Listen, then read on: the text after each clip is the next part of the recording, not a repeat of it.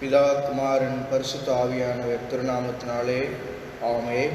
இந்த வெள்ளிக்கிழமை ஆலய ஆராதனைக்கு ஆரம்பமாக நாம் யாவரும் தலைகளை தாழ்த்தி ஜெபம் செய்வோம். மகா இரக்கமும் கிருபையும் உள்ள நல்ல பிதாவே, இந்த ஆசீர்வதிக்கப்பட்ட மனமகிழ்ச்சியின் மாலை நேரத்துக்காக உனக்கு நன்றி செலுத்துகிறோம். உனக்கு துதிகளை நாங்கள் ஏறெடுக்கிறோம். கர்த்தரை மட்டுமாக நீர் எங்களை பாதுகாத்து பராமரித்து எல்லா விதங்களிலும் நீர் கொடுத்து வருகிற ஆசீர்வாதங்களுக்காகவும் ஆயுச நாட்களை நினைத்து பார்த்து நன்றிகளையும் ஸ்தோத்திரங்களையும் ஏறெடுக்கிறோம். இந்த தேவன் என்னென்னும் உள்ள சதா காலங்களுக்கும் எங்களுக்குரிய தகப்பனாக இருந்து எங்களுடைய வாழ்வில் நீர் போதுமானவராய் நன்மைகளை செய்கிறவராய் நாள்தோறும் எங்களை போஷித்து வழிநடத்துகிறவராக இருக்கிறீர். எனக்கு நன்றி செலுத்துகிறோம். கர்த்தரை நாளை காலத்திலும் ஸ்தோத்தரிப்பேன். அவர் துதி எப்போதும் என் வாயில் இருக்கும் என்று சங்கீதக்காரன் பாடும் வண்ணமாய் எல்லா காலங்களிலும் நாங்கள் உம்மை ஸ்தோத்தரிப்பதற்கான கிருபைகளை வாய்ப்புகளை நீர்தாமே தந்து தொடர்ந்து வழிநடத்த வேண்டும் என்று நாங்கள் கொண்டாடுகிறோம். இயேசு கிறிஸ்து மூலம் கேட்கிறோம் ஜீவனுள்ள நல்ல பிதாவே, ஆமென். இந்த மாலை ஆராதனைக்கு ஆரம்பமாகவும் ஆண்டவரின் நாமம் மாற்றூர் முறையாகவும் நாம் யாவரும் எழுந்து நின்று கிறிஸ்தவ கானங்கள் பாடல் புத்தகத்திலே 14வது பாடலை நாம் பாடுவோம். கிறிஸ்தவ கானங்கள் பாடல் புத்தகத்தின் 14வது பாடல், இயேசுராஜனின் திருவடிக்கு சரணம் சரணம் சரணம், ஆத்மநாதனின் மலரடிக்கு சரணம் சரணம் என்கின்ற பாடல். இயேசுராஜனின் திருவடிக்கு சரணம் சரணம் சரணம், ஆத்மநாதனின் மலரடிக்கு சரணம் சரணம் சரணம், பார்ப்போற்றும் துய துய தேவனே, மேராஜனே எங்கள் நாதனே, பயம் நீக்கும் துணையாவுமானீரே, சரணம் சரணம் சரணம். இயேசுராஜனின் திருவடிக்கு சரணம் சரணம் சரணம், ஆத்மநாதனின் மலரடிக்கு சரணம் சரணம் சரணம். இளைப்பாறுதல் தரும் வேந்தனே, இன்னல் துன்பம் நீக்கும் அருள்நாதனே, இளையனை ஆற்றி தேற்றி காப்பீரே, சரணம் சரணம் சரணம். இயேசுராஜனின் திருவடிக்கு சரணம் சரணம் சரணம், ஆத்மநாதனின் மலரடிக்கு சரணம் சரணம் சரணம். பலவீனம் யாவும் போக்கும் வல்லோரே, பலனீந்து வளக்கரம் பிடிப்பீரே, ஆவியாத்மா சரீரத்தை படைக்கிறே, சரணம் சரணம் சரணம். இயேசுராஜனின் திருவடிக்கு சரணம் சரணம் சரணம், ஆத்மநாதனின் மலரடிக்கு சரணம் சரணம் சரணம். உந்தன் சீத்தம் செய்ய அருள் தாருமே, எந்தன் சீத்தம் யாவும் என்றும் ஒளிப்பீரே, சொந்தமாக ஏற்று என்னை ஆட்கொள்ளும், சரணம் சரணம் சரணம்.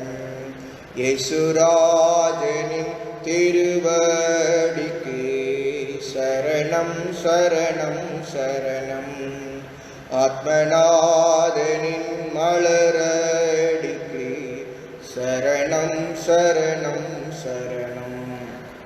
கிறிஸ்துவுக்குள் அன்பார்ந்த திருச்சபையின் மக்களே, இந்த காணொலி காட்சியின் மூலமாக கர்த்தருடைய வார்த்தை உங்களோடு பகிர்ந்து கொள்வதிலே மிகுந்த மகிழ்ச்சி அடைகிறேன்.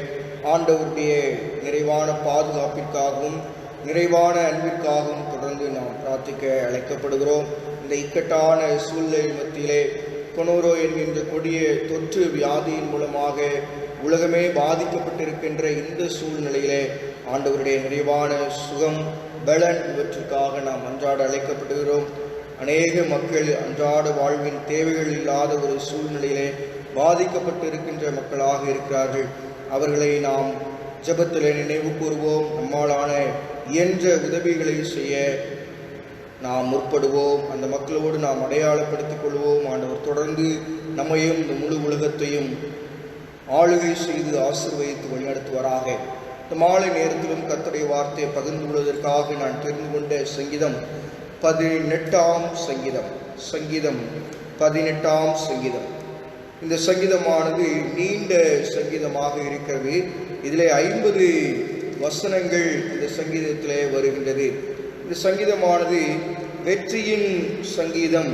ஆண்டவர் கொடுத்த விடுதலையை நினைவு கூர்ந்து தாவீது பாடின ஒரு சங்கீதமாக இருக்கிறது. அது மாத்திரமல்ல, ஆண்டவருடைய வருகைக்காக பாடப்பட்ட பாடலாக சில வேத ஆராய்ச்சியாளர்கள் கருதுகிறார்கள். இந்த 18ஆம் சங்கீதமானது 2 சாமுவேல் புஸ்தகம் 22ஆம் அதிகாரத்துடைய பிரதிபலிப்பாக இருப்பதை நாம் பார்க்க முடியும். அதில் காணப்படுகின்ற ஒரு வசனம் இந்த சங்கீதத்திலே வரவில்லை. 43ஆம் வசனத்துடைய வார்த்தைகள் மாறி இருக்கிறது. பெரும்பாலும் இந்த சங்கீதமானது 2 சாமுவேல் 22ஆம் அதிகாரத்துடைய பிரதிபலிப்பாகவே கருதப்படுகிறது. அது மாத்திரமல்ல, இந்த சங்கீதத்துக்குள் செல்வதற்காக மேற்பகுதியிலே அடைப்புக்குறிக்குள் இருக்கின்ற வார்த்தைகளை நான் வாசிக்க விரும்புகிறேன். ராக தலைவனுக்கு ஒப்புவிக்கப்பட்ட சங்கீதம். கர்த்தருடைய தாசனாகிய தாவீது இந்த பாட்டின் வார்த்தைகளை கர்த்தர் தன்னை தன்னுடைய எல்லா சத்துருக்களின் கைக்கும் சவுளின் கைக்கும் நீங்களாக்கி விடுவித்த நாளிலே பாடினது என்று சொல்லி வருகிறது. ஆக இந்த சூழ்நிலையானது 18ஆம் சங்கீதத்தை பாடின சங்கீதக்காரன் மூலமாக பின்னணியத்தை குறித்து நாம் அறிந்து கொள்ளுகிறோம். தாவீதுக்கு நேரடியாக எதிரிகள் இருந்தார்கள். சவுல் நேரடியான ஒரு எதிரியாக இருந்தார். அப்சலோம் நேரடியான ஒரு எதிரியாக இருந்தார். அகித்தோப்பேல் நேரடியான ஒரு எதிரியாக இருந்தார். ஆனால் இவர்களை தாவீது ஒரு காலத்திலும் சவுலை எதிரியாக கருதவில்லை என்று சொல்லி நாம் 1 சாமுவேல் 2 சாமுவேலை வாசிக்கின்ற போது அறிந்து கொள்ள முடியும். இந்த 18ஆம் சங்கீதத்திலே ஆண்டவருடைய வல்லமையும் அவருடைய விடுதலையும் இக்கட்டான சூழ்நிலையிலே ஒரு இறைதாசனாய் தாவீது அனுபவித்த பாடுகள், பிரச்சனைகள், வியாகுலங்கள், உபத்திரவங்கள் இவற்றின் எல்லாவற்றின் மத்தியிலும் எவ்வாறு விடுவித்து இறைதாசனாகிய தாவீதை ஆண்டவர் பாதுகாத்தார் என்று நாம் பார்க்க முடியும். 18ஆம் சங்கீதத்தின் முதல் வசனத்தை நான் படிக்கிறேன். என் பலனாகிய கர்த்தாவே உம்மில் அன்பு கூறுவேன் என்று சொல்லுகிறார். என் பலனாகிய கர்த்தாவே உம்மில் அன்பு கூறுவேன். சங்கீதக்காரனாகிய தாவீது ஆண்டவரே தன்னுடைய வாழ்க்கையின் எல்லா சூழ்நிலையின் மத்தியிலும் பலனாக கொண்டார்.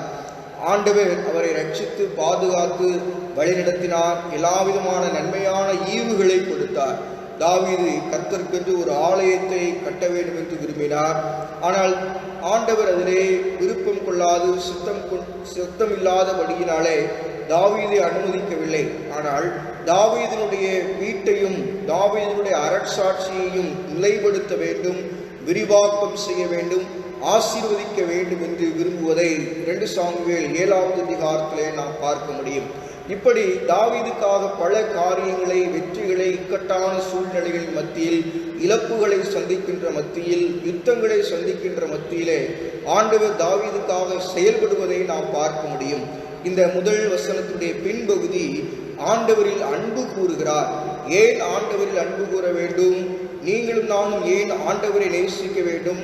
நாம் பாவிகளாக இருக்கையில் கிறிஸ்து நமக்காக மரித்ததினாலே தேவன் நம்மேல் வைத்த தமது அன்பை விளங்க பண்ணினார். தேவன் தம்முடைய ஒரே பேரான குமாரனை விசுவாசிக்கிறவன் எவனோ அவன் கெட்டு போகாமல் நித்திய ஜீவன் அடையும்படிக்கு அவரை தந்தரில் இவ்வளவாய் உலகத்தில் அன்பு கூர்ந்தார். நம்மை நேசித்த ஆண்டவர் பிதாவாகி கடவுள் குமாரனாக இயேசு கிறிஸ்துவை உங்களுக்காகவும் எனக்காகவும் உலகத்தில் அனைத்து மக்களுக்காகவும் அனுப்பி நம்மேல் வைத்த அன்பை விளங்க பண்ணினார். நம்மேல் வைத்த அன்பை வெளிப்படுத்துவதற்கு குமாரனே இந்த உலகத்தில் கொடுத்தார். ஆகவே நம்மில் அன்பு கூர்ந்த ஆண்டவருக்கு, நம்மை நேசித்து வருகிற ஆண்டவருக்கு, நம்மை போஷித்து வருகிற ஆண்டவருக்கு, நம்மை வழிநடத்தி வருகிற ஆண்டவருக்கு, நம்மை பாதுகாத்து வருகிற ஆண்டவருக்கு, ஒருவேளை இக்கட்டான சூழ்நிலை மத்தியிலும் இம்மானுவேலராய் இருக்கிற ஆண்டவரை நாம் அன்பு செலுத்த அழைக்கப்பட்டு இருக்கிறோம். தாவீது இக்கட்டான சூழ்நிலைகளிலே எனக்கு பலன் தந்தார் என்று சொல்லி அவர்களே அன்பு கூறுவதை நாம் பார்க்கிறோம். அவரில் அன்பு கூறுவதை எப்படி நாம் நிரூபிக்க முடியும்? அவருடைய கற்பனைகளை கைக்கொள்ளுவதே நாம் அவரில் கொண்டிருக்கிற அன்பை நிரூபிக்கிறதற்கு சான்றாக இருக்கிறது. நீங்களும் நானும் ஆராதிக்கிற ஆண்டவர் கொடுத்திருக்கிற விலையேற பெற்ற வார்த்தைகளை அனுதினமும் வாசிக்க, அதை நேசிக்க, தியானிக்க, கடைபிடிக்க அழைக்கப்படுகிறோம். வெளிப்படுத்தின விசேஷம் 1வது அதிகாரம் 3வது வசனத்திலே இந்த வசனத்தை வாசிக்கிறவர்கள், தியானிக்கிறவர்கள், கைக்கொள்கிறவர்கள் யாவரும் பாக்கியவான்கள் என்று எழுதியிருக்கிறபடி உடைய கற்பனைகளை கை கொண்டு அவர்களே அன்பு செலுத்த நாம் அழைக்கப்படுகிறோம்.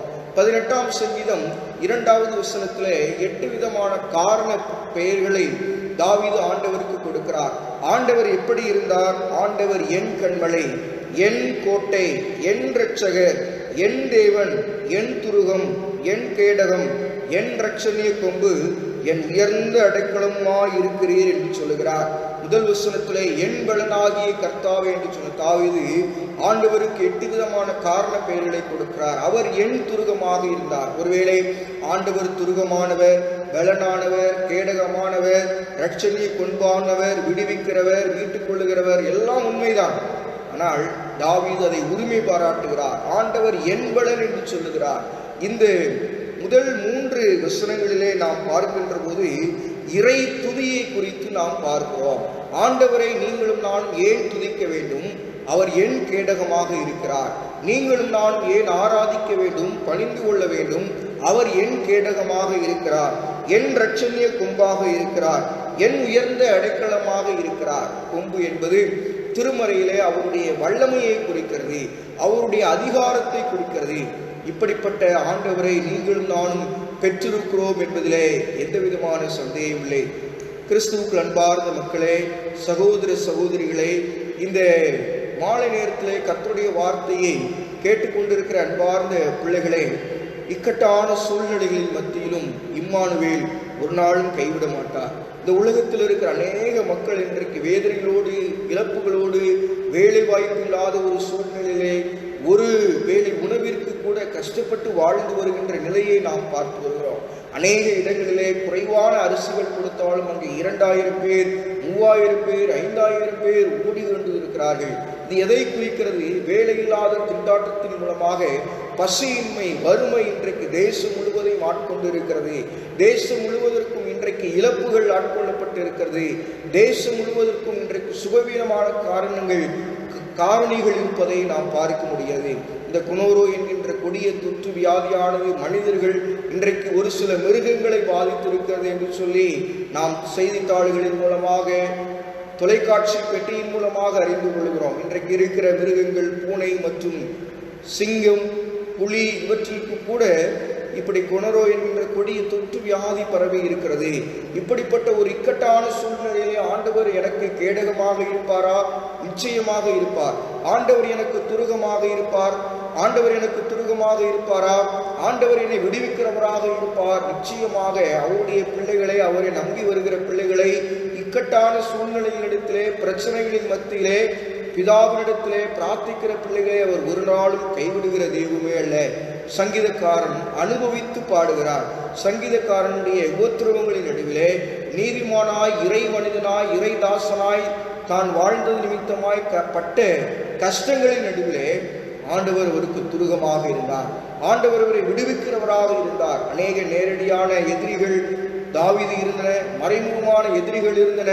இவற்றின் மத்தியிலெல்லாம் தாவீதை இக்கட்டான சூழ்நிலைகளின் நடுவிலே அவரை விடுவித்தவராக இருக்கிறார். முதல் 3 வசனங்களிலே ஆண்டவரை ஏன் துதிக்க வேண்டும், ஏன் துதித்தார், அதற்கான காரணங்கள் என்னவென்று சொல்லி இந்த 18ஆம் சங்கீதத்திலே நாம் பார்க்க முடியும்.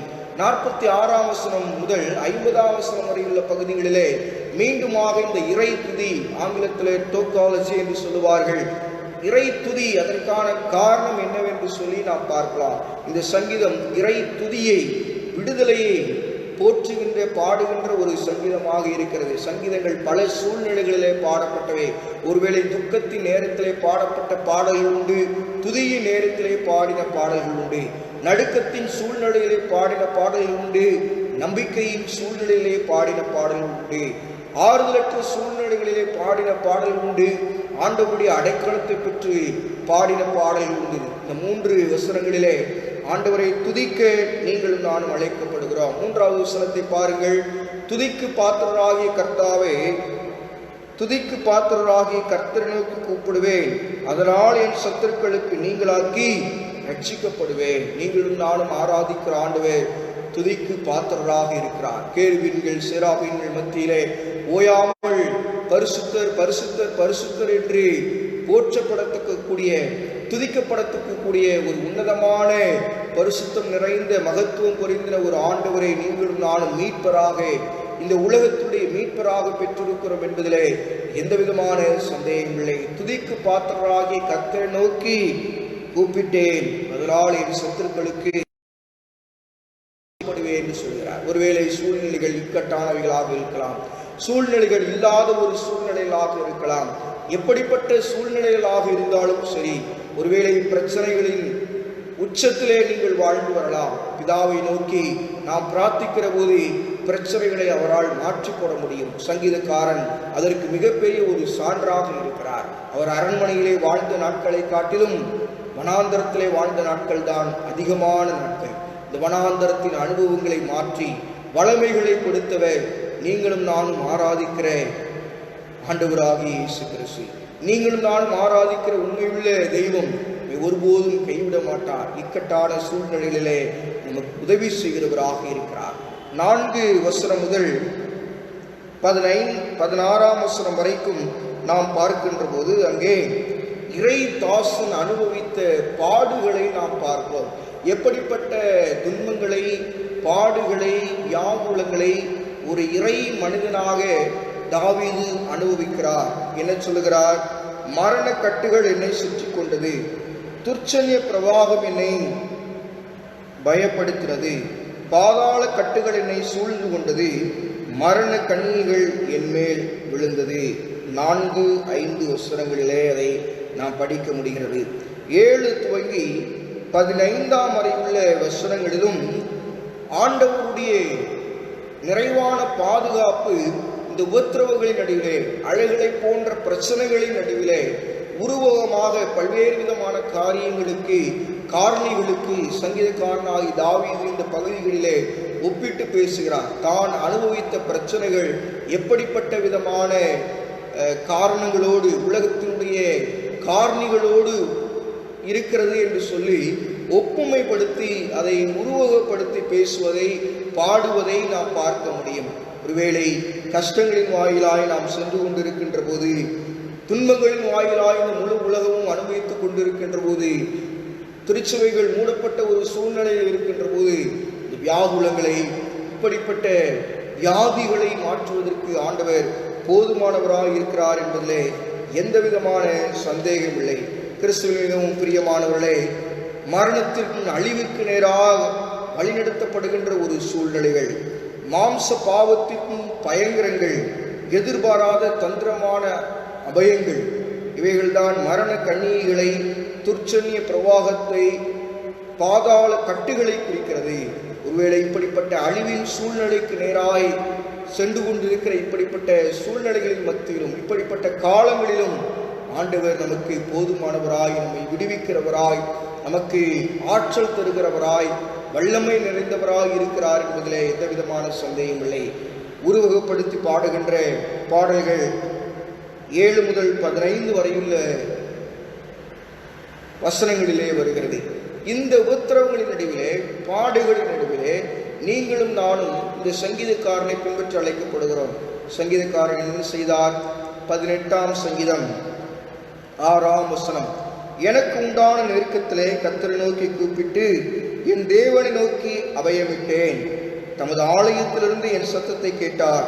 என் கூப்பிடுதல் அவர் சன்னதியில் போய் அவர் செவிகளில் ஏறிற்று என்று சொல்கிறார். எனக்கு உண்டான நெருக்கத்திலே நான் கர்த்தரை நோக்கி கூப்பிட்டேன், அவர் ஆலயத்திலிருந்து என்னுடைய சத்தத்தை கேட்டார் என்று தாவீது அனுபவித்து பாடுகிறார். ஒருவேளை பிரச்சனையான சூழ்நிலைகள், உபத்திரவத்துவமான சூழ்நிலைகள், சத்துருக்களின் பயங்கள், வியாதிகள், இப்படிப்பட்ட மரண கட்டுகள், பாதாளத்தினுடைய செயல்கள், இவைகளெல்லாம் நெருக்கின போது, வந்தபோது, அனுபவித்த போதெல்லாம் தாவீது தளர்ந்து போகவில்லை. தாவீது ஆண்டவரை மறந்துவிடவில்லை. தாவீது ஆலயத்தை மறந்துவிடவில்லை. இப்படிப்பட்ட துன்பங்கள் எனக்கு ஏன் என்று சொல்லி தாவீது ஆண்டவரை சபிக்கவில்லை, சத்தியம் பண்ணவில்லை. கிறிஸ்துவில் மிகவும் பிரியமானவர்களே, இந்த காணொலி காட்சியின் மூலமாக கர்த்தருடைய வார்த்தையை கேட்டுக்கொண்டிருக்கிற அருமையான பிள்ளைகளே, எனக்கு உண்டான நெருக்கத்திலே கர்த்தரை நோக்கி கூப்பிட்டேன். கர்த்தருக்குள் வாழுகின்ற வாழ்க்கையிலே அபயங்கள் உண்டு, அபாயங்கள் இல்லை. கர்த்தருக்குள் ஒரு மனிதன் தன்னுடைய வாழ்க்கையை அமைத்துக் கொள்ளுகிற போது, அவருடைய சட்டங்களின் நிழலிலே வாழுகிற போது, இந்த பாதுகாப்பற்ற சூழ்நிலையிலே ஆண்டவருடைய பாதுகாப்பையும் ஆண்டவருடைய பராமரிப்பையும் பெற முடியும். இந்த சங்கீதக்காரன் தாவீது இதை அனுபவித்து இந்த 18வது சங்கீதத்திலே பாடுகிறார். எப்படிப்பட்ட பிரச்சனைகள் வந்தது, அஸ்திபாரங்களே குலுங்கி அசைந்தது என்று சொல்லுகிறார். 7வது வசனத்திலே நாசியிலிருந்து புகை எழும்பிற்று என்று சொல்லுகிறார். கஷ்டத்தின், உபத்திரவத்தின், வேதனைகளின் மத்தியிலும் தாவீது ஆண்டவரை மறந்து விடவில்லை. இப்படிப்பட்ட பிரச்சனையின் அகோர சூழ்நிலையின் மத்தியிலே பிரார்த்தித்த ஒரு மனிதனாக இருந்ததினால் ஆண்டவர் தாவீதுக்கு என்ன செய்தார்? அதைத்தான் 3வது பிரிவாக நாம் பார்க்க போகிறோம். முதல் பிரிவிலே இறை துதியை குறித்து நாம் பார்த்தோம். 2வது பிரிவிலே இறை தாசனாக தாவீது அனுபவித்த பாடுகள் அல்லது பிரச்சனைகளை குறித்து நாம் பார்த்தோம். 18ஆம் சங்கீதம் 16ஆம் வசனம் முதல் 20ஆம் வசனம் வரை உள்ள பகுதியிலும், 18ஆம் சங்கீதம் 31ஆம் வசனம் முதல் 45ஆம் வசனம் வரை உள்ள பகுதிகளிலும் ஆண்டவர் தாவீதுக்கு கொடுத்த விடுதலையை பார்க்கிறோம். இறை விடுதலைகளை இறை தாசனாய் அவர் அனுபவிக்கிறார். இறை விடுதலையை அனுபவிப்பதற்காக நீங்களும் நானும் அழைக்கப்பட்டிருக்கிறோம். அவருடைய பிள்ளைகளாய், அவருடைய சமூகத்திலே உரிமை பாராட்டுகிறவர்களாய், ஆண்டவர் என்னுடைய ஆண்டவர், என்னுடைய கொம்பு, நான் அவரிடத்திலே விண்ணப்பிப்பேன், அவரிடத்திலே நான் பிரார்த்திப்பேன் என்று சொல்லுகின்ற போது ஆண்டவருடைய விடுதலை எப்படி வருகிறது? 18ஆம் சங்கீதம் 16ஆம் வசனத்துடைய பின்பகுதி, என்னை தூக்கிவிட்டார். 17வது வசனம், என்னை விடுவித்தார், எனக்கு ஆதரவாயிருந்தார், என்னை தப்புவித்தார், எனக்கு பதிலளித்தார் என்று சொல்லி சங்கீதக்காரன் பாடுகிறார். இந்த இக்கட்டான சூழ்நிலை மத்தியில் தேசம் முழுமைக்கும் இருக்கிறது. பல்வேறு விதமான மருத்துவ பணியாளர்கள், விஞ்ஞானிகள், மிகச்சிறந்த அறிவாளிகள் எல்லாம் குழம்பி போயிருக்கிறார்கள். என்ன செய்வதென்று தெரியாத ஒரு நிலையிலே நாம் சென்று கொண்டிருக்கிறோம். எப்படிப்பட்ட மருந்துகளை கொடுப்பது, எப்படிப்பட்ட பொருளாதாரத்தை உயர்த்துவது, பல்வேறு சூழ்நிலைகளிலே மிகப்பெரிய ஒரு குழப்பத்தின் நடுவிலே, மிகப்பெரிய ஒரு ஏமாற்றத்தின் நடுவிலே, மிகப்பெரிய ஒரு தோல்வியின் நடுவிலே இந்த உலகம் முழுவதும் சென்று கொண்டிருக்கிறது. ஆண்டவருடைய வழிகளை, ஆண்டவருடைய வார்த்தைகளாக நாம் ஏற்றுக்கொள்கிற போது, அவருடைய ஆலோசனைகளை பெறுகிற போது ஆண்டவர் நமக்கு ஜெயம் கொடுக்கிறவராக இருக்கிறார். ஆண்டவர் நமக்கு வெற்றி சிறக்க பண்ணுகிறவராக இருக்கிறார். சங்கீதக்காரன் அனுபவித்து பாடுகிறாரே, அவர் என்னை தூக்கிவிட்டார். எப்படி தூக்கிவிட்டார்? உயரத்திலிருந்து அவர் கையை நீட்டி என்னை பிடித்து ஜலப்பிரவாகத்தில் இருக்கிற என்னை தூக்கிவிட்டார். என் பலத்த சத்ருவுக்கும் என்னை பகைக்கிறவர்களுக்கும் என்னை விடுவித்தார். ஆக தூக்கிவிட்டார், விடுவித்தார், ஆதரவாக இருந்தார், தப்புவித்தார், என்னை சரி கட்டினார். இப்படி பல்வேறு விதமான சூழ்நிலைகளின் மத்தியிலே, உபத்திரவங்களின் மத்தியிலே, பாடுகளின் மத்தியிலே சங்கீதக்காரன் ஆண்டவரை நோக்கி பிரார்த்தித்ததினால், தன்னுடைய பிரச்சனைகளின் உச்சக்கட்டங்களின் மத்தியிலே பிரார்த்தித்தது நிமித்தமாக ஆண்டவருடைய மாபெரும் விடுதலையை இங்கு பார்க்க முடிகின்றது. ஆண்டவர் நம்முடைய பிரச்சனைகளின் மத்தியில் தூக்கி விடுகிறவராய், நம்மை விடுவிக்கிறவராய், நமக்கு ஆதரவாக இருக்கிறவராக இருக்கிறார். ஜீவனுள்ள ஆண்டவர், நீங்களும் நானும் ஆராதிக்கிற ஆண்டவர் நமக்கு ஆற்றல் கொடுக்கிறவராய் இருக்கிறார் என்பதில் எந்த விதமான சந்தேகம் இல்லை. 4வதாக இந்த பிரிவிலே கர்த்தருடைய வழிகள், இறை வழிகளை குறித்து நாம் பார்க்கலாம். 1 இறை துதி, இறை தாசன் அனுபவித்த பிரச்சனைகள், இறைவனுடைய விடுதலை. 4வதாக இறை வழிகள். இறை வழிகள் நாம் நடந்து செல்வதற்கான, அனுதின வாழ்க்கையிலே நீங்களும் நானும் நடந்து செல்வதற்கான பாதையை நமக்கு காண்பிக்கிறது. 21ஆம் வசனம் முதல் நாம் பார்க்கின்ற வேளையிலே 21ஆம் வசனம் துவங்கி 30ஆம் வசனம் வரையுள்ள பகுதிகளில் இறை வழிகளை குறித்து நாம் பார்க்கிறோம். கர்த்தருடைய வழிகளை கை கொண்டு வந்தேன், நான் என் தேவனுக்கு துரோகம் பண்ணினதில்லை என்று சொல்கிறார். ஆண்டவருடைய வார்த்தைகள் வழிகளாக இருக்கிறது. அனுதினமும் அந்த வார்த்தைகளை நாம் வாசிக்கிற போது, தியானிக்கிற போது நம்முடைய அனுதின வாழ்க்கையிலே நடக்க வேண்டிய வழிகளை குறித்து நாம் அறிந்து கொள்கிறோம். சங்கீதக்காரன் தன்னுடைய வாழ்வின் எல்லா சூழ்நிலை மத்தியிலும் கர்த்தருடைய வார்த்தைக்கு துரோகம் பண்ணாமல் அவருடைய நியாயங்களை தனக்கு முன்பாக நிறுத்துகிற ஒரு மனிதனாக இருந்தார். தேவனுக்கு துரோகம் பண்ணிலே அவருடைய வார்த்தைகளை நாம் கடைபிடிக்கிற போது, முழுமையாய் கீழ்ப்படுகின்ற போது அவருடைய வழிகளை நாம் கற்றுக்கொள்கிறோம். பின் வருகின்ற வசனங்களில் வருகின்ற சத்தியங்களை கர்த்தர் சித்தமானால் அடுத்த வாரம் பார்ப்போம். ஆண்டவரை நோக்கி நாம் ஜெபம் செய்வோம். மகா இரக்கமும் கிருபையும் உள்ள நல்ல பிதாவே, எங்களுடைய தனிப்பட்ட வாழ்வில் துருகமாக, கேடகமாக, கோட்டையாக, கண்மலையாக இருக்கிறீர் என்பதை நாங்கள் மீண்டுமாக இந்த 18ஆம் சங்கீதத்தின் வாயிலாக அறிந்து கொள்கிறோம். தனிப்பட்ட உறவின் உரிமை பாராட்டுகின்ற சங்கீதக்காரனைப் போல நாங்களும் உடைய சமூகத்தில் வருகிற போதெல்லாம் உம்முடைய பிள்ளைகளாய் உரிமை பாராட்டுவதற்கு, இந்த இறை உறவினுடைய நெருக்கத்தை பெற்றுக்கொள்வதற்கு நீர் எங்களுக்கு அருள் பாராட்ட வேண்டும் என்று, ஆயுசு நாட்களை தர வேண்டும் என்று, வாய்ப்புகளை தர வேண்டும் என்று நாங்கள் ஜெபிக்கிறோம். ஆண்டவரே, அனைத்துலக மக்களுக்காக நாங்கள் தாழ்மையாய் உடைய சமூகத்தில் வருகிறோம். தேசமே அழுகையோடு, வேதனைகளோடு, இழப்புகளோடு, பிரச்சனைகளோடு மிகப்பெரிய ஒரு சூழ்நிலையின் அகோரத்தை சந்திக்கிற வேளையிலே ஆண்டவரே, நீர் ஒருவரே இந்த பிரச்சனைகளுக்கு விடுவிக்கிறவர், நீர் ஒருவரே இப்படிப்பட்ட கொடூரமான வியாதிகளின் சூழ்நிலையிலிருந்து பாதுகாக்கிறவர், ஜெயம் கொடுக்கிற எங்களுடைய தேவனாக இருக்கிறேனே கர்த்தாவே. நீ தொடர்ந்து தேசத்திற்கு சுகத்தையும் பலனையும் மக்கள் அனைவருக்கும் ஆறுதலை தர வேண்டும் என்று நாங்கள் ஜெபிக்கிறோம். இந்த பணிகளுக்காக இரவு பகலாக உயிரையும் பணையை வைத்து பணி செய்கிற மருத்துவர்களையும் உடைய குடும்பங்களையும் ஆசீர்வதிக்க வேண்டும் என்று மன்றாடுகிறோம். சுகாதார பணியாளர்களை தேவன் தாமே ஆசீர்வதித்து வழிநடத்த வேண்டும் என்று நாங்கள் ஜெபிக்கிறோம். தேசத்தினுடைய தலைவர்களை நீர் ஆசீர்வதிக்க வேண்டும் என்று நாங்கள் மன்றாடுகிறோம். துப்புரவு பணியாளர்கள், காவல்துறையினர், மருத்துவர்கள் அனைவருக்கும் ஜீவன், சுகம், பலனை தந்து நீர் ஆண்டவரே தேசத்தை மீண்டுமாக ஆண்டவரை வளப்படுத்தி ஆசீர்வதிக்க வேண்டும் என்று நாங்கள் ஜெபிக்கிறோம். குறைவுகளை, இயலாமைகளை தாழ்மையாய் உடைய சங்கத்திலே நாங்கள் அறிக்கை செய்கிறோம். ஆண்டவருடைய நிறைவான வழிநடத்துதல்கள் எங்களுடைய அனுதின வாழ்க்கையிலே விடுதலையாக கிடைக்க வேண்டும் என்று மன்றாடுகிறோம். சங்கீதக்காரனை போல எனக்கு உண்டான நெருக்கத்திலே நான் கர்த்தரை நோக்கி கூப்பிட்டேன் என்று சொல்லி நோக்கி இன்னும் அதிகமாய் நாங்கள் எங்களுடைய வியாகுலங்களை விண்ணப்பங்களாக தெரிவிக்க எங்களுக்கு ஆண்டவரே நீர் வாய்ப்புகளை தந்து வழிநடத்த வேண்டும் என்று ஜெபிக்கிறோம். தொடர்ந்து திருச்சபையுடைய குடும்பங்கள் அனைவரையும் ஆசீர்வதித்து பாதுகாத்து வழிநடத்துகிறோம். துதி, கன, மகிமை அனைத்து மக்களே செலுத்துகிறோம். இயேசு கிறிஸ்துவின் மூலம் கேட்கிறோம் ஜீவனுள்ள நல்ல பிதாவே, ஆமென். ஆண்டவராக இயேசு கிறிஸ்துவின் கிருபை, பிதாவாகிய கடவுளுடைய அன்பு, தூய ஆவியானவருடைய இடைவிடாத கூட்டுறவு, ஐக்கியம், ஆறுதல், சமாதானம் என்றும் என்று நம்மோடு கூட தங்கியுள்ளவராக, ஆமென். என் ஆத்மாவே கர்த்தரை ஸ்தோத்திரி, என் முழு உள்ளமையுடைய பரிசுத்த நாமத்தை ஸ்தோத்திரி. என் ஆத்மாவே கர்த்தரை ஸ்தோத்திரி, கர்த்தர் செய்து சகல உபகாரங்களை